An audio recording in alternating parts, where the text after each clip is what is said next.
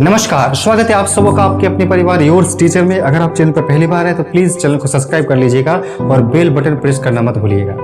आज मैं आपके साथ एक बिग अपडेट शेयर करने वाला हूं। जी हां, शिक्षा मंत्रालय की तरफ से देश के लिए 34 साल के बाद, जी हां, देश के लिए 34 साल के बाद नेप आया है, यानी न्यू एजुकेशन पॉलिसी आया है 2020 में। जी हाँ, इस एजुकेशन पॉलिसी का नाम है नेशनल एजुकेशन पॉलिसी 2020। ठीक है, और सबसे बड़ी बात क्या है कि इस एजुकेशन पॉलिसी को हम लोगों को बढ़िया से समझना है कि आखिर इसमें क्या क्या बदलाव किए गए हैं, कौन कौन से नए चीज़ों को ऐड किया गया है और इस नई एजुकेशन पॉलिसी में क्या क्या खास फीचर्स है। चलिए मैं एकदम बहुत बढ़िया तरीके से आप लोगों को समझा दूंगा। वीडियो को पूरा देखिएगा क्योंकि ये शुरुआती दौर है तो बहुत लोगों को ये समझने में दिक्कत होगा, इसीलिए वीडियो पूरा देखिएगा। एक एक चीज में बढ़िया से एक्सप्लेन करके इस नई एजुकेशन पॉलिसी को मैं समझा दूंगा। तो चलिए हम लोग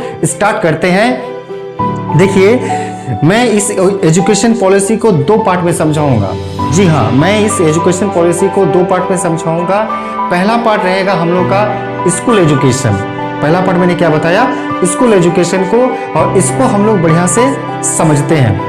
देखिए, हम लोग का स्कूल एजुकेशन क्या है, तो स्कूल एजुकेशन में सबसे बड़ी बात क्या है कि पहले 10+2 पैटर्न था। मैंने क्या बोला कि पहले 10+2 पैटर्न था, जो अब बदलकर नया पैटर्न में आ गया है। जी हाँ, अब बदलकर ये 5+3+3+4। मैंने क्या बोला कि पहले जो 10+2 पैटर्न था, अब ये बदलकर 5+3+3+4 पैटर्न पर आ चुका है। अब देखिए 5+3+3+4 को हम लोग कैसे समझेंगे, इसमें बहुत लोगों को समझने में परेशानियां होगी। तो देखिए, इसमें क्या है कि जो प्री प्राइमरी है, यानी आपका हो गया नर्सरी, प्रेप, केजी 1, 2। मैंने क्या बोला कि आपका प्री प्राइमरी जो है नर्सरी, प्रेप, केजी 1 और 2, यानी पहला 5 साल जो है ये आपका प्री प्राइमरी के लिए काउंट किया जाएगा। ठीक है, जिसमें क्या क्या हो गया, प्री प्राइमरी में नर्सरी हो गया, प्रेप हो गया, केजी हो गया, ठीक है, 1 और 2 हो गया। तो ये 5 आपका हो गया।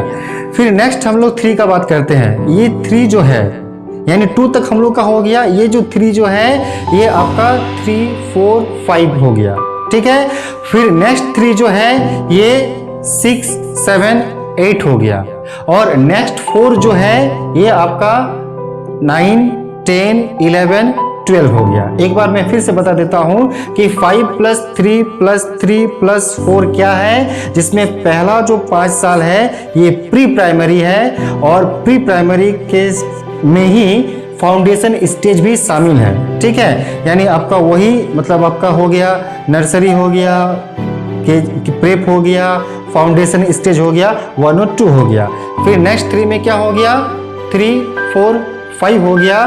फिर नेक्स्ट 3 में क्या हो गया, 6, 7, 8 हो गया। और फिर लास्ट 4 में क्या हो गया, 9, 10, 11, 12 हो गया। ठीक है, तो ये मतलब मोटा मोटी तौर से मैंने आपको समझा दिया कि 5+3+3+4 पैटर्न क्या है। तो चलिए आगे हम लोग बात करते हैं नेक्स्ट पॉइंट का।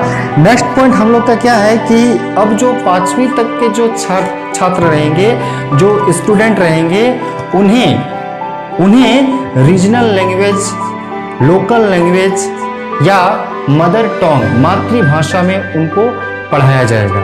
ठीक है, मैंने क्या बोला कि जो 5 तक का एजुकेशन अब दिया जाएगा उसमें इंग्लिश को खत्म कर दिया गया है। मतलब ऐसा नहीं है कि अब बच्चे जो 1 से लेके 5 तक पढ़ेंगे उसको इंग्लिश मीडियम में ही पढ़ना होगा, ये बाध्यता खत्म कर दी गई है। अब क्या होगा कि जो 1 से लेके 5 तक का जो एजुकेशन दिया जाएगा उसमें क्या होगा कि उन स्टूडेंट्स को, उन बच्चे को उनकी मदर टंग, जो मतलब उनके आसपास में जो भाषा बोली जाती है, जो वहाँ का लोकल लैंग्वेज है, जो वहाँ का रीजनल लैंग्वेज है, ठीक है, तो उस भाषा में उनको एजुकेशन दिया जाएगा। इसका फायदा क्या होगा कि जो 1 से लेके 5 तक के जो बच्चे होते हैं उनको थोड़ा इंग्लिश टफ पड़ता है। इससे क्या फायदा हुआ कि वो बच्चा आसपास में ही तो सीखेगा, तो आसपास में जो लैंग्वेज है वो लैंग्वेज उसके दिमाग में फटाक से कनेक्ट होगा। इसका एक जबरदस्त फायदा मिलेगा और उसका एक बेस बहुत स्ट्रांग होगा। इसीलिए यहाँ पर लोकल लैंग्वेज, रीजनल लैंग्वेज को अधिक से अधिक प्रेफरेंस दिया गया है। तो ये बात आपको समझ में आ गया कि 5 तक जो है ये रीजनल लैंग्वेज को इसमें प्रेफरेंस दिया गया है। आगे हम लोग बात करते हैं कि 6th से वोकेशनल कोर्सेज की पढ़ाई शुरू हो जाएगी। मैंने क्या बोला कि क्लास 6 से वोकेशनल कोर्सेज की पढ़ाई शुरू हो जाएगी।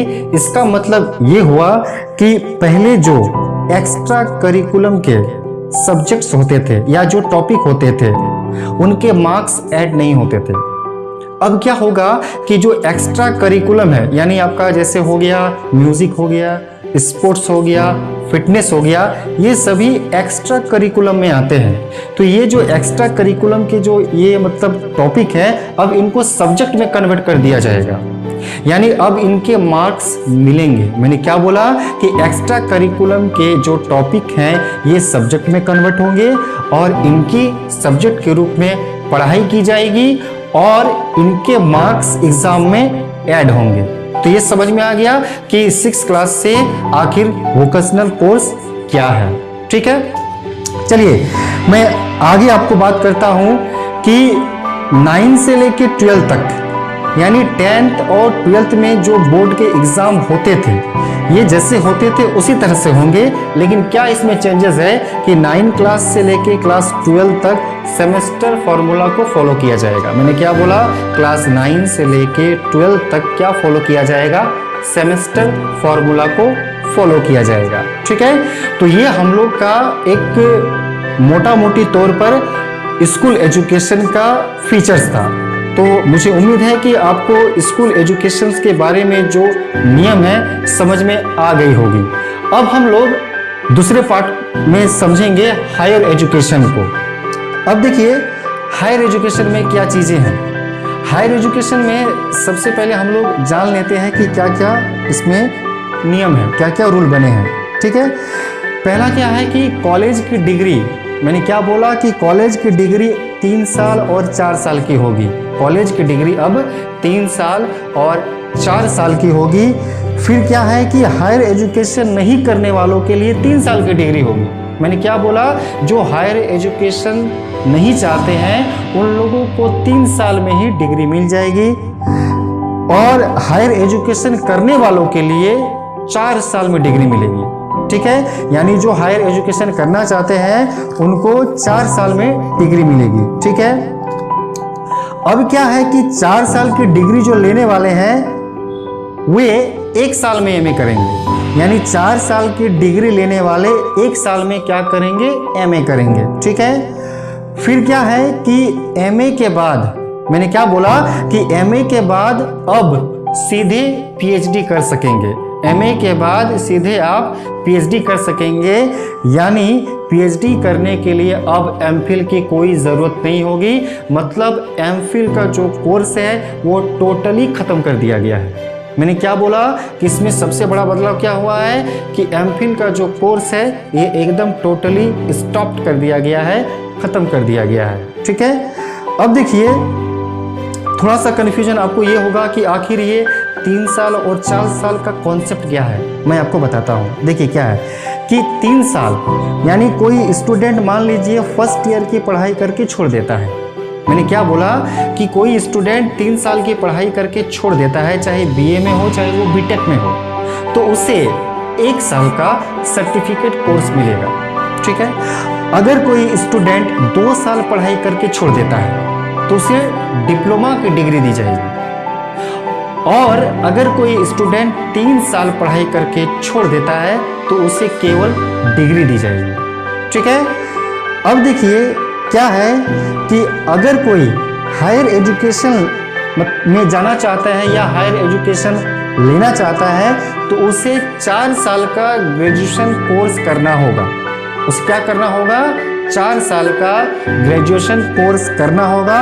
उसके लिए एमए जो है 1 साल का हो जाएगा, यानी पोस्ट ग्रेजुएट जो है 1 साल का हो जाएगा और एमफिल को खत्म कर दिया जाएगा। समझ में आ गया होगा आप लोगों का ये 3 साल और 4 साल का आखिर कॉन्सेप्ट क्या है। ठीक है, चलिए अब मैं आपको कुछ स्पेशल मतलब जो मोटी मोटी बातें हैं उसके बारे में बताना चाहता हूँ। मोटा बात हम लोग का क्या है कि इसके अलावा जो क्षेत्रीय भाषा है उसमें ई कोर्स शुरू किए जाएंगे, मतलब जो जहाँ की रीजनल लैंग्वेज है उस के लिए रीजनल लैंग्वेज के लिए ई कोर्सेज शुरू किए जाएंगे जो ऑनलाइन होंगे। ठीक है, फिर वर्चुअल लैब डेवलप किए जाएंगे, यानी अब बच्चों को पढ़ने के लिए एक खास माहौल होगा, एक लैब होगा। ठीक है, इसीलिए वर्चुअल लैब डेवलप किए जाएंगे। इसके साथ साथ क्या है कि अभी हमारे यहाँ पे डीम्ड यूनिवर्सिटी है, सेंट्रल यूनिवर्सिटी है, स्टैंडर्ड इंस्टीट्यूशंस हैं। ठीक है, तो इन सबों के लिए नियम जो है अलग अलग है। मैंने क्या बोला कि प्रेजेंट में क्या है कि डीम्ड यूनिवर्सिटी है, सेंट्रल यूनिवर्सिटी है, स्टेट यूनिवर्सिटी है, स्टैंडर्ड इंस्टीट्यूशंस है, तो इन सबों का क्या है ना अलग अलग रूल है। तो ये जितने भी अलग अलग रूल है इसको खत्म कर दिया जाएगा और एक नियम बनेगा, यानी ये सभी तरह के इंस्टीट्यूशन केवल एक नियम को फॉलो करेंगे, सिंगल रूल को फॉलो करेंगे। ठीक है, और एक चीज क्या है कि अब जीडीपी, मैंने क्या बोला, अब जो जीडीपी है, जीडीपी का 6% एजुकेशन के ऊपर खर्च होगा। जीडीपी का 6% एजुकेशन के ऊपर खर्च होगा, जो पहले 4.43% था, यानी इसमें भी बढ़ाया गया है, इसमें भी अच्छा खासा फोकस किया गया है। ठीक है, इसके साथ साथ एक बहुत बड़ा मतलब बदलाव भी किया गया है, एक राष्ट्रीय शिक्षा आयोग का गठन किया जाएगा। इसका बहुत अच्छा खासा फायदा मिलेगा, इसमें जो पेरेंट्स हैं उनको बहुत फायदा मिलेगा कि हम लोग बराबर ये प्रॉब्लम को फेस करते हैं कि कोई फलाना स्कूल, प्राइवेट स्कूल जो है फीस को पूरा बढ़ा दिया, तो अब ये फीस बढ़ाने के ऊपर रोक लगाई जाएगी। ये जो कमीशन बनेगा ये इसकी निगरानी करेगी, यानी क्या हो गया कि राष्ट्रीय शिक्षा आयोग का गठन किया जाएगा और प्राइवेट स्कूलों के मनमाने तरीके से फीस बढ़ाने को रोकने के लिए कदम उठाया जाएगा। ठीक है, और एक चीज क्या है कि जो एचआरडी का नाम था, यानी ह्यूमन रिसोर्स डेवलपमेंट, मानव संसाधन विकास मंत्रालय, ये नाम को बदलकर शिक्षा मंत्रालय कर दिया गया है। ठीक है, और यह अनाउंसमेंट किसने किया है, तो एजुकेशन मिनिस्ट्री के चीफ, यानी जो एजुकेशन मिनिस्टर है रमेश पोखरियाल जी। ठीक है, यानी एचआरडी का नाम बदलकर अब क्या कर दिया गया है, एजुकेशन मिनिस्ट्री कर दिया गया है। ठीक है, और एक चीज मैं बताना चाहूंगा कि इस पॉलिसी में साल 2035 तक 50% GER का टारगेट रखा गया है। ये GER क्या है, ग्रॉस इनरोलमेंट रेशियो, मतलब ये जो टारगेट है हम लोगों को 2035 तक मतलब 50% अचीव कर लेना है। ठीक है, और एक मैं लास्ट पॉइंट बता दूंगा कि हायर एजुकेशन के लिए एक सिंगल रेगुलेटर बनेगा, एकल नियामक बनेगा। ठीक है, तो ये कुछ खास फीचर्स थे जो मैंने आपको बता दिया कि ये जो मतलब नैप आया है, यानी जो नेशनल एजुकेशन पॉलिसी आया है, इसमें जो तमाम चीज़ें, जो बड़ी बड़ी चीज़ें थी, इसको मैंने बढ़िया से एक्सप्लेन कर दिया है। ठीक है, अगर आपको लग रहा है कि नहीं एक बार में वीडियो समझ में नहीं आया तो प्लीज़ इसको 2 बार देख लीजिएगा। और एक मैं इन्फॉर्मेशन आपको बता देना चाहता हूँ कि ये नैप जो है न्यू एजुकेशन पॉलिसी जो 2020 है, इसके बारे में फुल्ली PDF, जी हाँ, मैंने फुल्ली PDF डिस्क्रिप्शन के लिंक में दे दिया है। आप वहाँ पे जाके इस नैप का मतलब इस 2020 जो नया पॉलिसी जो है इसका PDF आप डाउनलोड कर सकते हैं। और मैं एक चीज़ बता देना चाहता हूँ, अगर इस नैप के मामले में कोई बिग अपडेट आता है तो मैं तुरंत आपको इस चैनल में फटाफट शेयर कर दूंगा। ठीक है, इसीलिए आप चैनल को सब्सक्राइब करके रखिएगा, बेल आइकन प्रेस करके रखिएगा, और ये वीडियो जो है न्यू एजुकेशन पॉलिसी 2020 का ये जो वीडियो है ये पूरा शेयर कीजिएगा। ठीक है, क्योंकि ये लोगों को अभी पता नहीं है, अवेयरनेस की कमी है, तो ये सभी तक के पास पहुंचेगा, सबके पास पहुंचेगा, तो उन लोगों को एक नॉलेज मिल जाएगा। तो चलिए ठीक है, नेक्स्ट वीडियो में मिलते हैं, तब तक के लिए बाय बाय, टिल देन।